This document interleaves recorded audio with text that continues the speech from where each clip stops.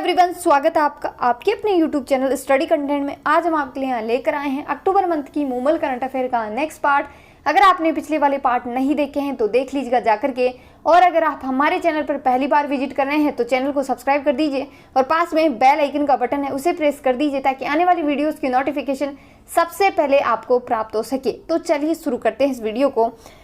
हमने पिछले वाली वीडियोस में राजस्थान परिदृश्य डिस्कस किया है और 3 वीडियोस में हमने वो डिस्कस किया है राजस्थान परिदृश्य, क्योंकि हमने राजस्थान परिदृश्य को काफ़ी डिटेल में डिस्कस किया है, ठीक है। और उसमें जो है हम बजट और राजस्थान जीके को रिलेट करके जो है इसमें वीडियोस में पढ़ाते हैं, इसलिए जो है थोड़ा लंबा वीडियो भी हो जाता है, लेकिन ये ज़रूरी है क्योंकि जब हम चीज़ों को रिलेट करके पढ़ते हैं तो काफ़ी लंबे समय तक याद रहती है और साथ में हमारा जो है जीके का पोर्शन भी हमें रिविज़न हो जाता है और वो भी याद रहता है। इसलिए हम जो है चीज़ों को रिलेट करके पढ़ते हैं। और जो नए स्टूडेंट हैं जो कि अभी कॉम्पिटिटिव एग्ज़ाम्स में नए आए हैं, उन स्टूडेंटों के लिए एक ही एडवाइस है कि आप लोग जो है करंट अफेयर के 10-20 चैनलों के पीछे मत भागना, वरना जो है ऐसा होगा कि करंट अफेयर में ही फंस के रह जाओगे, करंट अफेयर से बाहर नहीं निकल पाओगे। एक बुक खरीदना, या तो आप मोमल खरीद सकते हैं या फिर कोई और भी मैगज़ीन खरीद सकते हैं, ठीक है, या तो आप हमारे वीडियोस से पढ़ लीजिए या फिर डायरेक्ट जो है फिजिकल रूप में मैगज़ीन आपके पास है तो उससे पढ़िए। बार बार पढ़िए उसको, है ना। 2-3 बार जब आप पढ़ लेंगे उसे तो आपको एक आइडिया हो जाएगा कि हाँ किस तरीके से क्वेश्चन पूछे जाते हैं। और एक ही मैगज़ीन में से आपको 95% तक की करंट अफेयर आपकी कवर हो जाएगी। 10 चैनलों के पीछे मत भागना, ये गलती मत करना, वरना करंट अफेयर के पीछे ही रह जाओगे, एग्ज़ाम नहीं निकाल पाओगे, क्योंकि आप लोगों के पास लिमिटेड टाइम होता है। उसमें जो है आपको करंट अफेयर ही नहीं, इसके अलावा भी जो है बहुत सारी सब्जेक्ट पढ़नी होती, इसलिए बोल रही हूँ, ठीक है। तो आज हम डिस्कस करते हैं इसमें राष्ट्रीय परिदृश्य के बारे में। तो इसमें फर्स्ट क्वेश्चन है कि 28 सितंबर 2022 को केंद्र सरकार ने देश का दूसरा chief of defence staff CDS किसे बनाया है? तो ये बनाए हैं सेवानिवृत्त लेफ्टिनेंट जनरल अनिल चौहान को बनाया है। अच्छा, देश के पहले सीडीएस कौन थे? तो देश के पहले सीडीएस जनरल विपिन रावत को बनाया गया था। 1 जनवरी 2020 को सीडीएस पद का गठन करके 1 जनवरी 2020 को जनरल विपिन रावत को पहले सीडीएस के रूप में नियुक्त किया गया था। जनरल विपिन रावत का जो है हेलीकॉप्टर दुर्घटना में निधन हुआ था और ये चीज़ काफ़ी चर्चा में भी रही थी। इनकी जो हेलीकॉप्टर दुर्घटना थी वो काफ़ी चर्चा में रही, काफ़ी दिनों तक भी चर्चा में रही थी। तो ये तो सबको पता ही होगा, इसलिए आपसे जनरल विपिन रावत के बारे में क्वेश्चन नहीं पूछा जाएगा। आपसे डायरेक्ट क्वेश्चन पूछा जाएगा कि देश के दूसरे चीफ ऑफ डिफेंस स्टाफ कौन बने हैं? तो आपको आंसर करना होगा सेवानिवृत्त लेफ्टिनेंट जनरल अनिल चौहान बने हैं। नेक्स्ट क्वेश्चन है इसमें कि 1 अक्टूबर 2022 से देश के नए अटॉर्नी जनरल कौन बने हैं? तो ये बने हैं आर वेंकटरमणि। ये हैं आर वेंकटरमणि और यही देश के नए अटॉर्नी जनरल बने हैं। अच्छा, अटॉर्नी जनरल होते क्या हैं, ये क्या कार्य करते हैं? ये तो भारत के अटॉर्नी जनरल जो होते हैं वो भारत सरकार के मुख्य कानूनी सलाहकार होते हैं और भारत के सर्वोच्च न्यायालय में सरकार का मुख्य वकील भी होते हैं। ये यानी कि सरकार की तरफ से, आपने कभी सोचा तो होगा कि सरकार के जो केस बनते हैं उनकी तरफ से जो है वकालत कौन करते होंगे? तो अटॉर्नी जनरल ही है जो है उनके मुख्य वकील होते हैं और यही उनकी तरफ से वकालत करते हैं।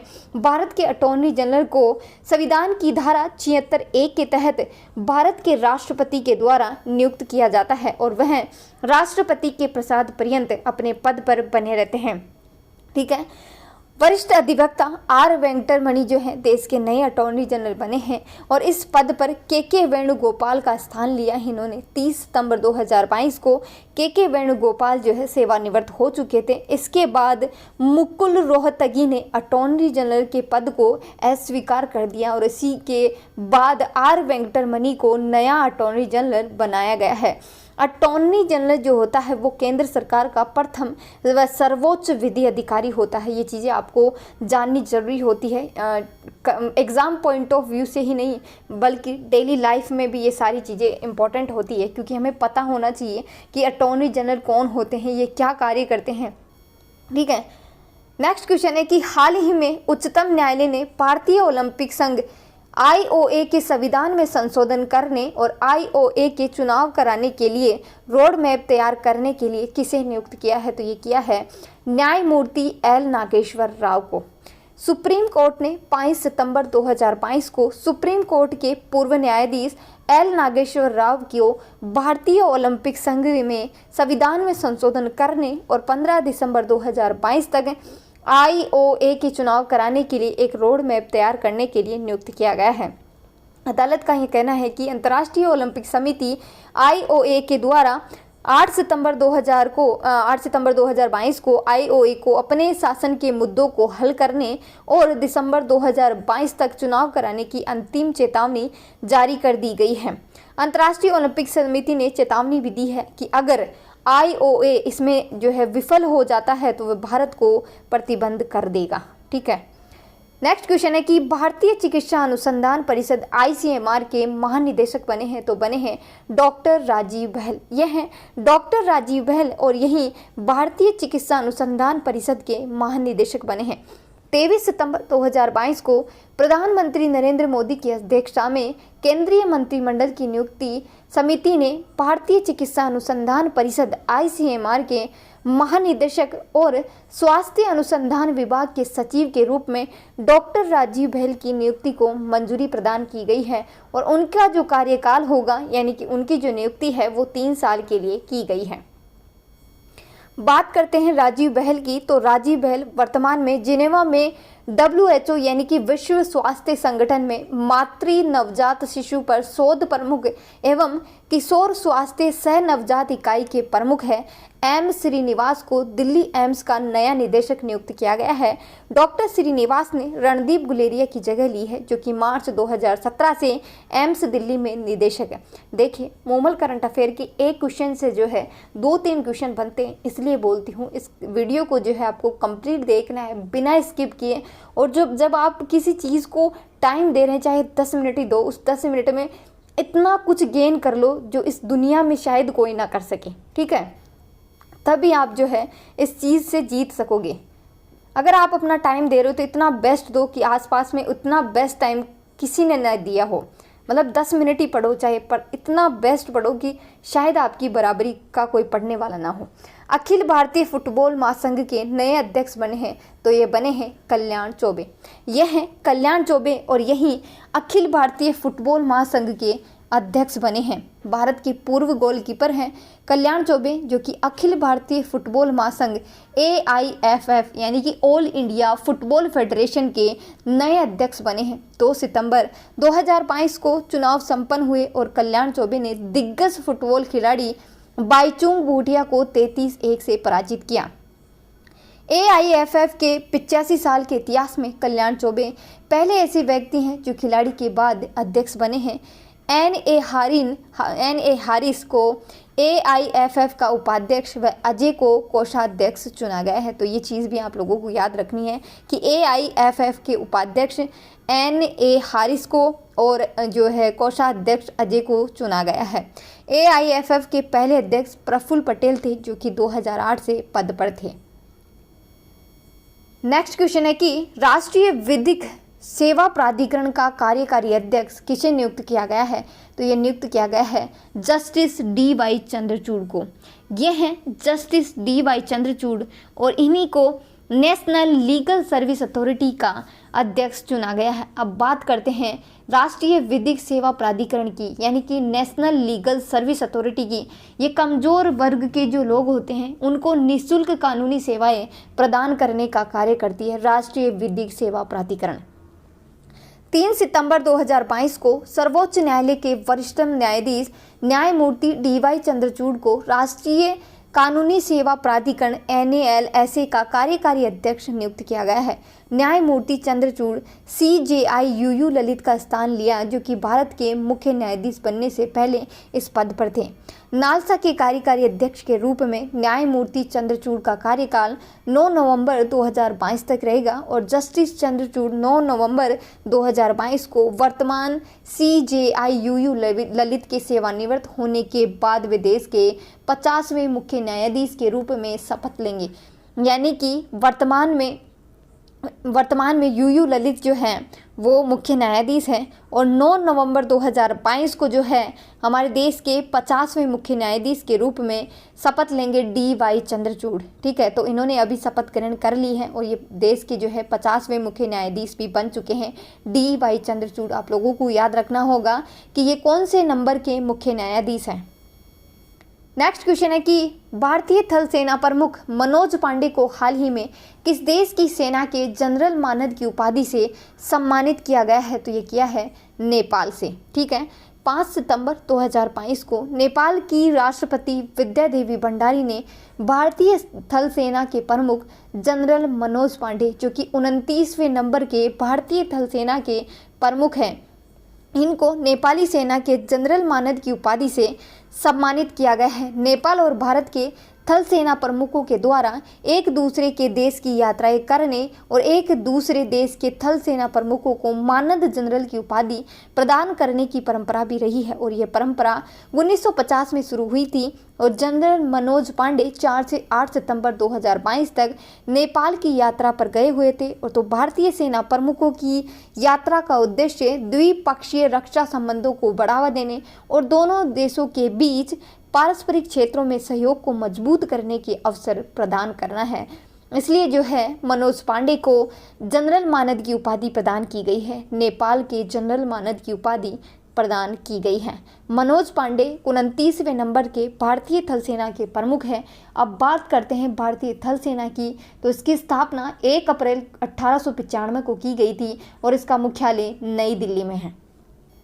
देखिए, जो है वीडियो को शॉर्ट भी किया जा सकता है, बट आप लोगों को जो है डिटेल में इसलिए पढ़ाए जा रहे हैं ताकि आप लोगों को डिटेल पता चले और इस क्वेश्चन में क्या मैटर है वो भी पता चले। ऐसे नहीं कि बस क्वेश्चन पढ़ा और आंसर रट लिया हो गया, ऐसे लॉन्ग टाइम तक चीज़ें याद नहीं रहती है, इसलिए जो है आप लोगों को डिटेल में करवाया जाता है। और जो है इससे रिलेटेड काफ़ी सारी चीज़ें भी जो मैगजीन में नहीं है, उसके अलावा भी हम जो है चीज़ें ऐड करके इसमें पढ़ाते हैं। ठीक है, नेक्स्ट क्वेश्चन है कि सितंबर 2022 में राष्ट्रीय सहकारिता नीति दस्तावेज का प्रारूप तैयार करने हेतु किसकी अध्यक्षता में एक राष्ट्रीय समिति का गठन किया गया है? तो सुरेश प्रभाकर प्रभु की अध्यक्षता में राष्ट्रीय समिति का गठन किया गया है। अब बात करते हैं राष्ट्रीय सहकारिता नीति की। तो राष्ट्रीय सहकारिता नीति सहकारी समितियों के विकास और उन्हें आवश्यक सहयोग देने, उन्हें प्रोत्साहित करने और उन्हें सहायता प्रदान करने के उद्देश्य से वर्ष 2002 में लागू की गई थी, ताकि ये सुनिश्चित किया जा सके कि सहकारी समितियां एक स्वायत्त, एक आत्मनिर्भर और लोकतांत्रिक रूप से प्रबंधित संस्थाओं के तौर पर कार्य कर सकती हैं। 6 सितंबर 2022 को पूर्व केंद्रीय मंत्री सुरेश प्रभाकर प्रभु की अध्यक्षता में राष्ट्रीय सहकारिता नीति दस्तावेज का प्रारूप तैयार करने हेतु एक राष्ट्रीय समिति का गठन किया गया है। इस समिति में देश के सभी हिस्सों से 47 सदस्यों को शामिल किया गया है और केंद्र में गठित सहकारिता मंत्रालय को दिए गए जनादेश को पूरा करने को मद्देनजर रखते हुए नई नीति का दस्तावेज भी तैयार किया गया है। इसमें सहकार से समृद्धि का दृष्टिकोण साकार करना, देश में सहकारिता आंदोलन को सुदृढ़ बनाना और जमीनी स्तर तक इसकी पहुंच को बढ़ाना शामिल है। नेक्स्ट क्वेश्चन है कि 27 सितंबर 2022 को राष्ट्रपति द्रौपदी मुर्मू ने किस शहर में हिंदुस्तान एरोनॉटिक्स लिमिटेड के एकीकृत क्रायोजेनिक इंजन निर्माण संयंत्र का उद्घाटन किया है? तो ये किया है बेंगलुरु में। एक चीज़ आप लोगों को बोल दूं कि राष्ट्रपति द्रौपदी मुर्मू से जो है काफ़ी इंपॉर्टेंट क्वेश्चन बनेंगे और इनको जो है हमने काफ़ी जो है डिटेल में डिस्कस किया था। जो अगस्त मंथ वाली वुमन मैगजीन है उसमें हमने काफ़ी डिटेल में डिस्कस किया था इनके बारे में भी, ये कौन सी जाति से हैं, ये सारी चीज़ें जो है हमने डिस्कस की थी। तो जो लोग हमारी मैगज़ीन को जो है रेगुलर देख रहे हैं वो लोग तो इसका आंसर कर देंगे। तो आप लोगों से जो है कमेंट में मैं पूछना चाहूँगी कि द्रौपदी मुर्मू के बारे में आप लिखिए कि ये कौन सी जाति से हैं और ये जो है पहले क्या थी और ये कौन से जो है राज्य से संबंधित है। तो ये 3 चीज़ें आप लोगों को लिखनी है इसके बारे में, ठीक है, इनके बारे में।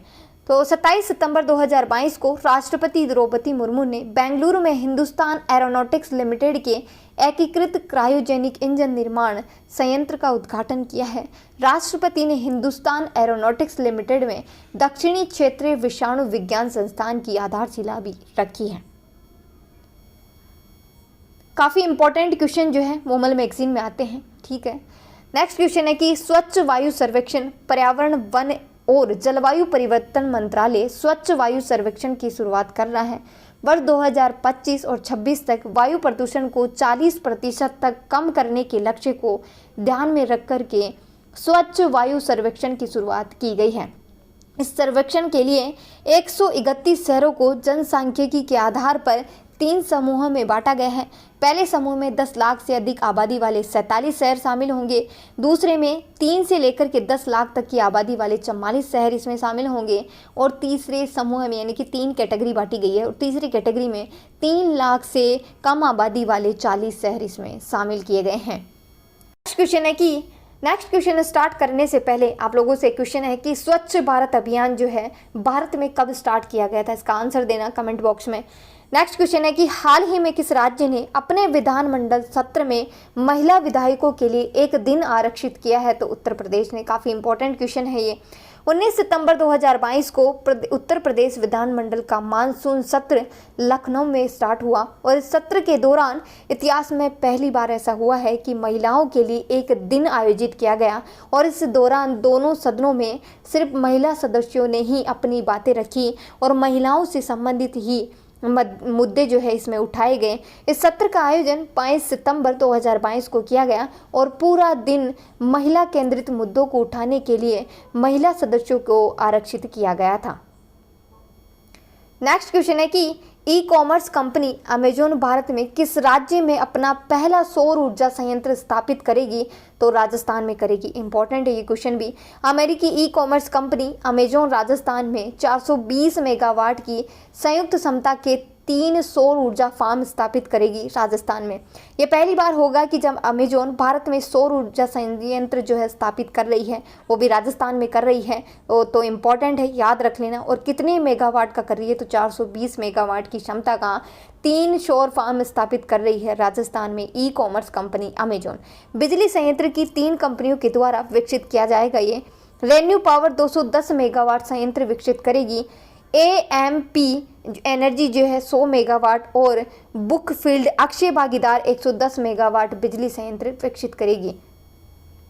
नेक्स्ट क्वेश्चन है कि भारत के राज्यों के पर्यटन मंत्रियों का राष्ट्रीय सम्मेलन 18 से 20 सितंबर 2022 को कहां आयोजित किया गया, तो ये धर्मशाला हिमाचल प्रदेश में किया गया।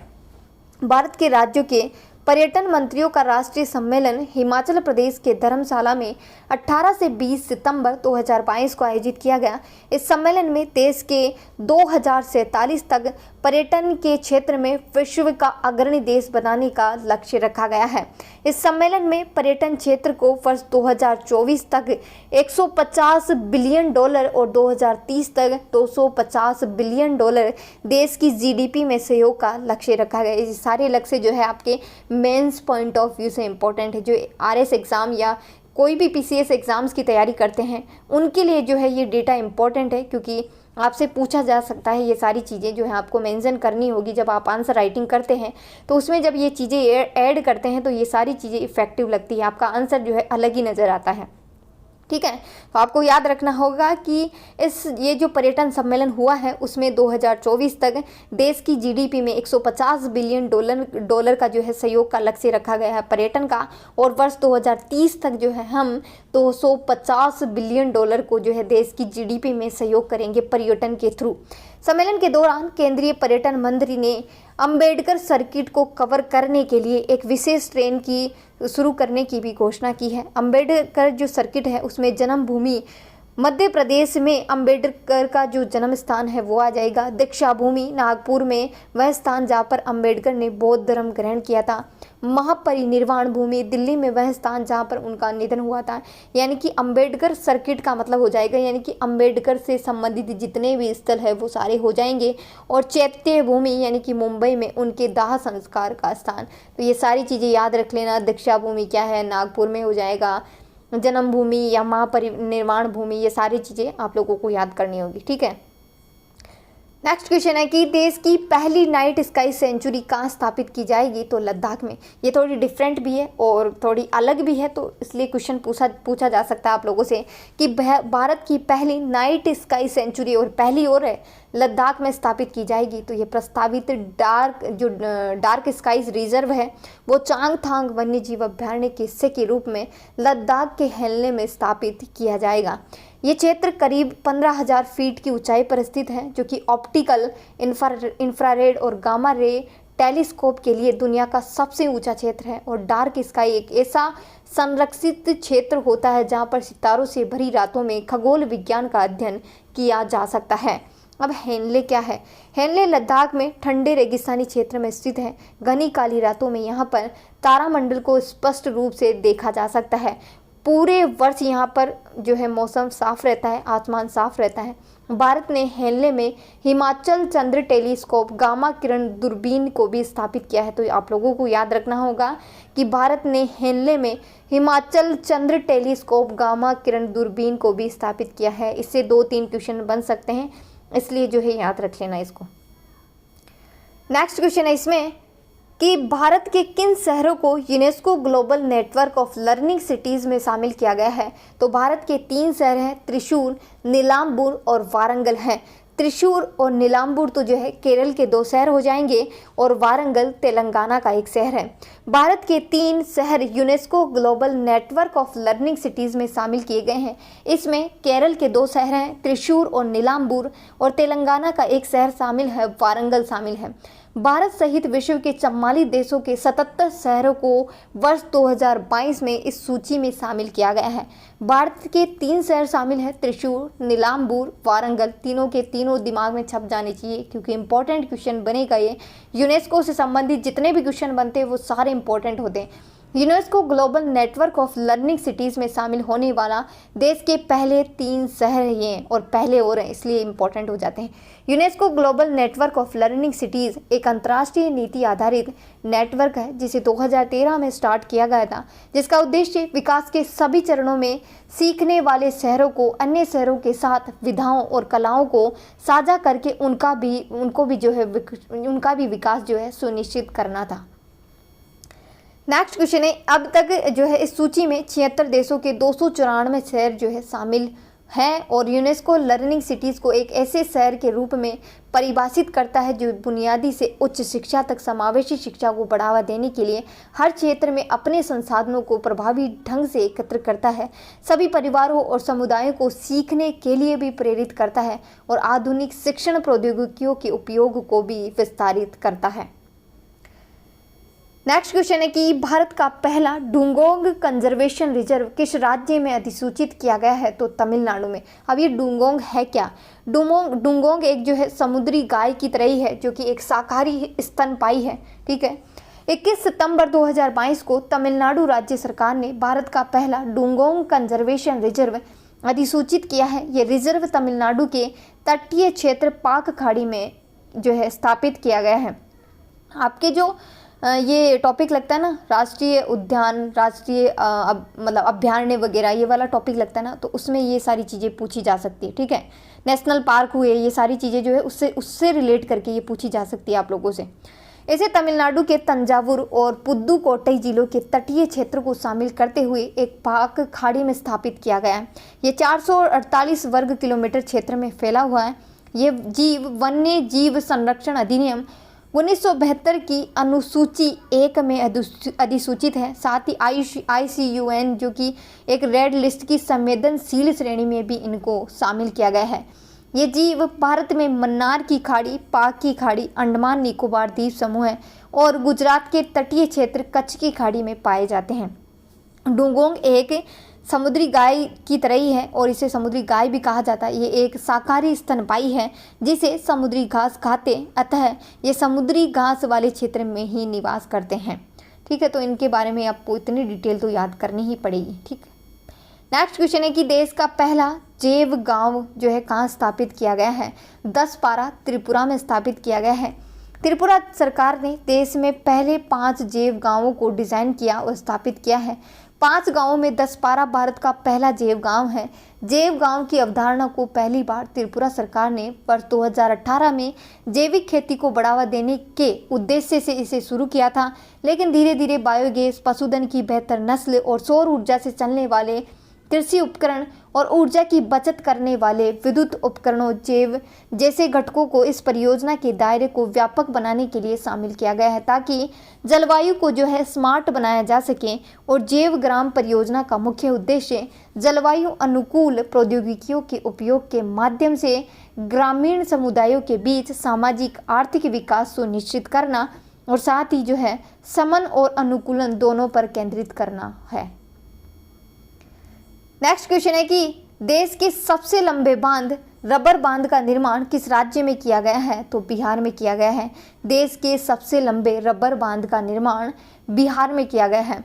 8 सितंबर 2022 को बिहार के मुख्यमंत्री नीतीश कुमार ने गया जिले में फाल्गु नदी पर बने बिहार के पहले और देश के सबसे लंबे रबर बांध गयाजी बांध का उद्घाटन किया है। इसका नाम भी आपको याद रखना है कि देश का पहला जो सबसे लंबा रबर बांध है उसका नाम गयाजी बांध है। और 312 करोड़ रुपए की लागत से इस बांध में जो है कंक्रीट की जगह रबर का इस्तेमाल किया गया है। 3 मीटर ऊंचा और 411 मीटर लंबा है ये बांध। देश का सबसे लंबा है, इसलिए जो है इसकी ऊंचाई भी याद रखनी होगी और इसकी लंबाई भी आप लोगों को याद रखनी होगी। इसका नाम भी आप लोगों को याद रखना होगा। मैं फिर बोल रही हूँ, जो मूमल मैगजीन होती है उसके एक क्वेश्चन में जो है 3-4 क्वेश्चन बनते हैं, इसलिए जो है इसको ढंग से पढ़ा करो, कॉन्सेंट्रेट होकर के पढ़ा करो, ठीक है। नदी के नीचे करीब 1000 मीटर लंबी रबर शीट लगाई गई है। इसकी रबर ट्यूब में हवा भरने और निकालने के लिए एक स्वचालित प्रणाली है। पानी अधिक होने पर गुब्बारे की हवा को जो हटाया जा सकता है और ज़रूरत के हिसाब से पानी को रोका भी जा सकता है और छोड़ा भी जा सकता है, और ये आधुनिक तकनीक है। नेक्स्ट क्वेश्चन है कि 12 से 15 सितंबर 2022 तक विश्व डेयरी सम्मेलन का आयोजन कहाँ किया गया है? तो ग्रेटर नोएडा में किया गया है। 12 सितंबर 2022 को प्रधानमंत्री नरेंद्र मोदी ने India expo centre and mart greater Noida में IDF वर्ल्ड डेयरी समिट 2022 का उद्घाटन किया है। यह सम्मेलन पोषण और आजीविका के लिए डेयरी विषय पर केंद्रित है और इस सम्मेलन में दुनिया के और भारतीय डेयरी हितधारक हिस्सा ले रहे हैं, जिसमें उद्योग जगत के लीडर, विशेषज्ञ, किसान और नीति निर्माता भी शामिल होंगे। इस सम्मेलन में जो है भारतीय डेयरी किसानों को दुनिया की सर्वोत्तम प्रथाओं के बारे में जानकारी हासिल करने को मदद मिलेगी। और पिछला सम्मेलन जो है भारत में 1974 में आयोजित किया गया था।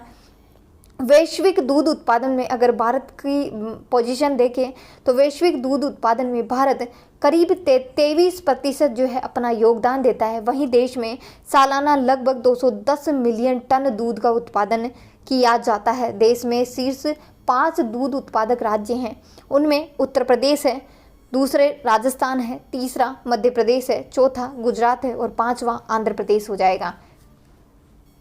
इसमें राजस्थान की पोजीशन आपको याद रखनी है कि राजस्थान दूसरे नंबर पर है, ठीक है। और राजस्थान जो है पूरे देश का 14.6% कवर करता है। ये चीज़ भी आप लोगों को याद करनी होगी। नेक्स्ट क्वेश्चन है कि पहला केंद्र जो है राज्य विज्ञान सम्मेलन 2022 कहाँ आयोजित किया गया है? अहमदाबाद में। अहमदाबाद में पहला केंद्र राज्य विज्ञान सम्मेलन आयोजित किया गया। पहला केंद्र राज्य विज्ञान सम्मेलन का आयोजन 10 से लेकर के 11 सितंबर 2022 को साइंस सिटी अहमदाबाद में किया गया। इस सम्मेलन का उद्घाटन 10 सितंबर 2022 को हमारे देश के प्रधानमंत्री नरेंद्र मोदी ने वीडियो कॉन्फ्रेंस के माध्यम से किया है।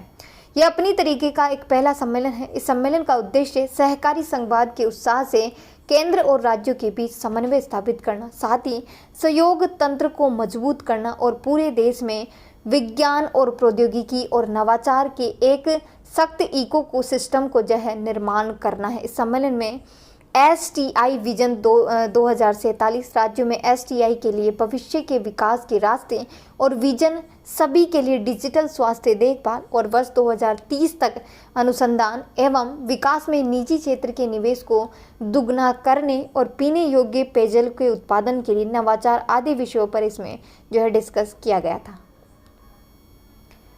नेक्स्ट क्वेश्चन है कि भारत के समुद्री इतिहास का प्रदर्शन करने के लिए राष्ट्रीय समुद्री विरासत परिसर का निर्माण कहाँ किया गया है? लोथल, गुजरात में किया गया है। लोथल एक इम्पॉर्टेंट स्थान है, इसलिए जो है आप लोग जो है इसके बारे में कितनी जानकारी मतलब कितनी डिटेल जानते हैं वो सारी जो है आप कमेंट बॉक्स में लिखिए। गुजरात के लोथल में ऐतिहासिक सिंधु घाटी सभ्यता क्षेत्र में पतन, पोत परिवहन, जलमार्ग मंत्रालय, राष्ट्रीय समुद्री विरासत परिसर का निर्माण कर रहा है। ये भारत में अपनी तरीके का पहला परिसर है जिसमें भारत की समृद्ध व विविध विरासत का प्रदर्शन किया जाएगा। नेक्स्ट क्वेश्चन है कि भारतीय राष्ट्रीय कांग्रेस भारत छोड़ो यात्रा का शुभारंभ कहां से हुआ है? तो कन्याकुमारी से हुआ है।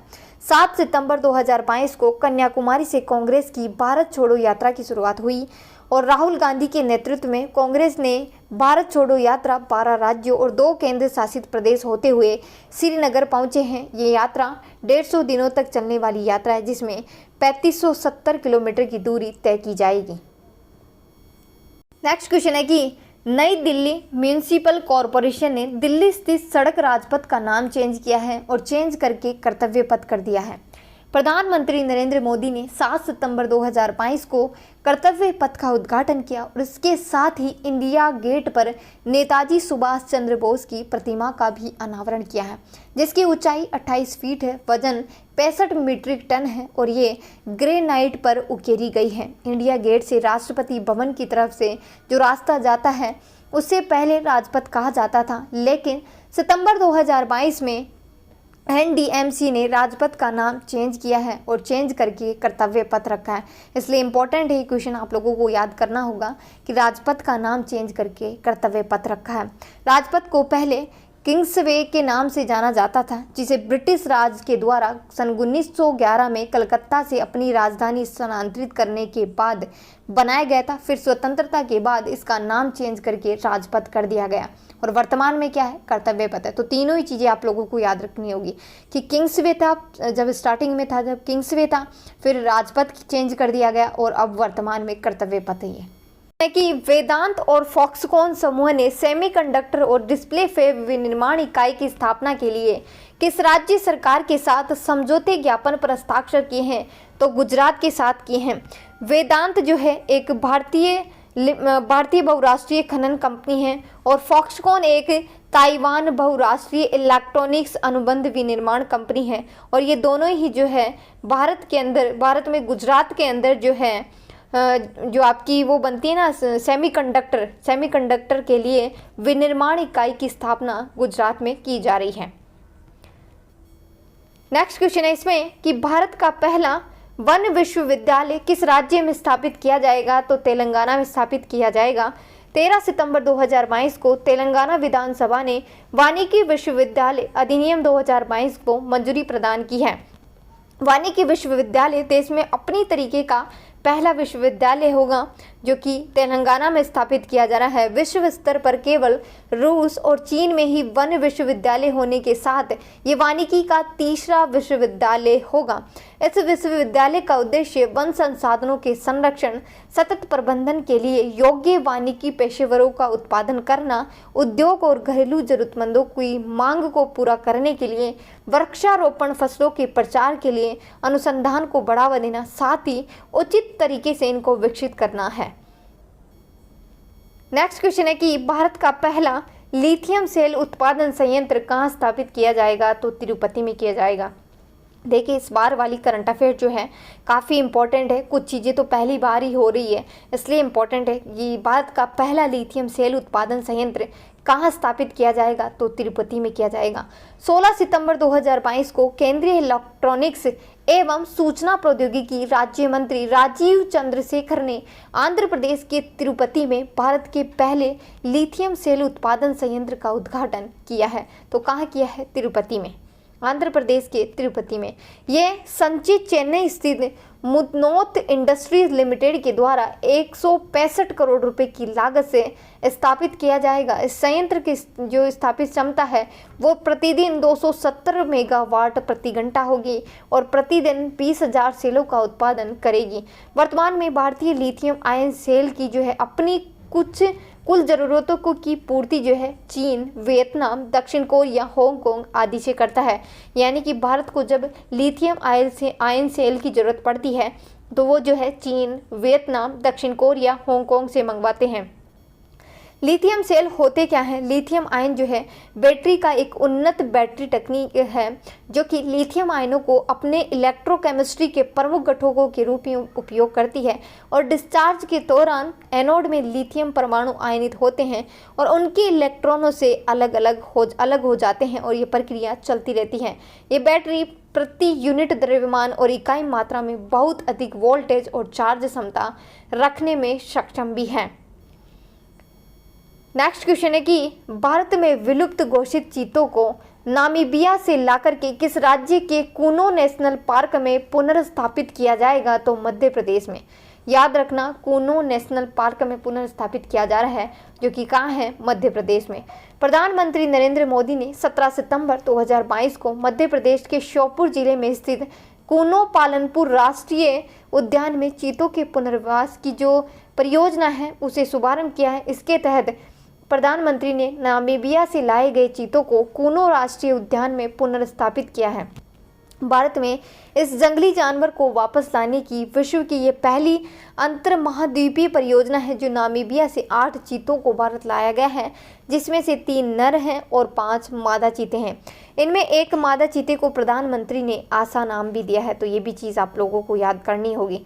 नेक्स्ट इसमें कि चीतों का एक समझौता ज्ञापन के तहत नामीबिया की राजधानी विंडहोक से एक विशेष मालवाहक विमान से इनको लाया गया है। भारत में आखिरी चीता सन 1947 में छत्तीसगढ़ के कोरिया जिले में मारा गया था, लास्ट था, जो कि इसके बाद सन 1952 में इसे भारत में विलुप्त घोषित कर दिया था। दुनिया में चीतों की सबसे घनी आबादी नामीबिया में ही है। नामीबिया को जो है चीतों की राजधानी कहा जाता है। चीता दुनिया में सबसे तेज दौड़ने वाला जानवर है। नेक्स्ट क्वेश्चन है इसमें कि देश का पहला स्वच्छ सुजल प्रदेश राज्य में केंद्र शासित प्रदेश कौन सा है? तो अंडमान निकोबार द्वीप समूह जो है देश का पहला स्वच्छ सुजल प्रदेश है। ठीक है, केंद्रीय जल शक्ति मंत्री गजेंद्र सिंह शेखावत ने अंडमान निकोबार द्वीप समूह को भारत का पहला स्वच्छ सुजल प्रदेश घोषित किया है। 17 सितंबर 2022 को गजेंद्र सिंह शेखावत ने पोर्ट ब्लेयर में एक समारोह में उपराज्यपाल एडमिरल DK जोशी को इसका प्रमाण पत्र भी सौंपा है। अब अंडमान निकोबार द्वीप समूह के सभी गांवों को हर घर जल सुविधा और खुले में शौच मुक्त से घोषित किया गया है। स्वच्छ सुजल प्रदेश के रूप में प्रमाणित होने के लिए राज्य और केंद्र शासित प्रदेश को हर घर जल प्रमाणित करना होगा, साथ ही खुले में शौच मुक्त भी होना होगा। यानी कि स्वच्छ सुजल प्रदेश उन्हीं राज्यों और केंद्र शासित प्रदेशों को घोषित किया जाएगा जो कि जिनके प्रत्येक घर में, यानी कि जिन राज्यों के प्रत्येक घर में जल की अच्छी सुविधा हो, साथ ही जो है खुले से शौच मुक्त भी हो। भारत का पहला जो है हर घर जिला बना बुरहानपुर बना है, और पहला जो है हर घर जल राज्य बना है गोवा बना है, और पहला हर घर जल प्रमाणित केंद्र शासित प्रदेश बना है दादर नागर हवेली और दमन दीव बने हैं। नेक्स्ट क्वेश्चन है इसमें कि शिक्षा के क्षेत्र में आधुनिक तकनीकों को बढ़ावा देने और मौजूदा स्कूलों को उच्च गुणवत्ता वाली शिक्षा प्रदान करने के लिए किस योजना की शुरुआत की गई है? तो PM श्री स्कूल की जो है शुरुआत की गई है। देखिए इसमें क्या होगा कि शिक्षा के क्षेत्र में आधुनिक तकनीकों को बढ़ावा देने के लिए और मौजूदा स्कूलों को जो है उच्च शिक्षा गुणवत्ता वाली शिक्षा में जो है चेंज करने के लिए PM श्री स्कूल योजना स्टार्ट की गई। इसके थ्रू क्या किया जाएगा कि स्कूल्स में जो स्कूल काफ़ी अच्छी होंगी, जिनमें जो पानी की व्यवस्था, शौचालय की व्यवस्था, गर्ल्स के लिए अलग, बॉयज़ के लिए अलग, सफाई की अच्छी व्यवस्था हो, पानी की अच्छी व्यवस्था हो, उन स्कूल्स को जो है PM श्री स्कूल्स में चुना जाएगा और उन स्कूलों को और एडवांस स्कूल में जो है चेंज किया जाएगा। जैसे कि आपके जो स्मार्ट बोर्ड हुए वो लगाए जाएंगे, वहाँ पर कंप्यूटर से संबंधित शिक्षा दी जाएगी, उनको अलग अलग इनोवेटिव जो है चीज़ें सिखाई जाएगी, एक बेस्ट इंफ्रास्ट्रक्चर भी वहाँ पर तैयार किया जाएगा। इस प्रकार करके जो स्कूल्स हैं जो बेस्ट तो है ही अपने आप में, उनको और उन्नत करने के लिए PM श्री स्कूल योजना स्टार्ट की गई है। ठीक है, नेक्स्ट क्वेश्चन है कि वर्ष 2025 तक क्षय रोग को खत्म करने के लिए किस अभियान की शुरुआत की गई है? तो प्रधानमंत्री TB मुक्त भारत अभियान की शुरुआत की गई है। तो वीडियो यहीं तक है। वीडियो को लाइक करें, शेयर करें, कमेंट करना ना भूलें। ऐसी और वीडियोस के लिए हमारे चैनल को सब्सक्राइब करना ना भूलें। जय हिंद, जय भारत।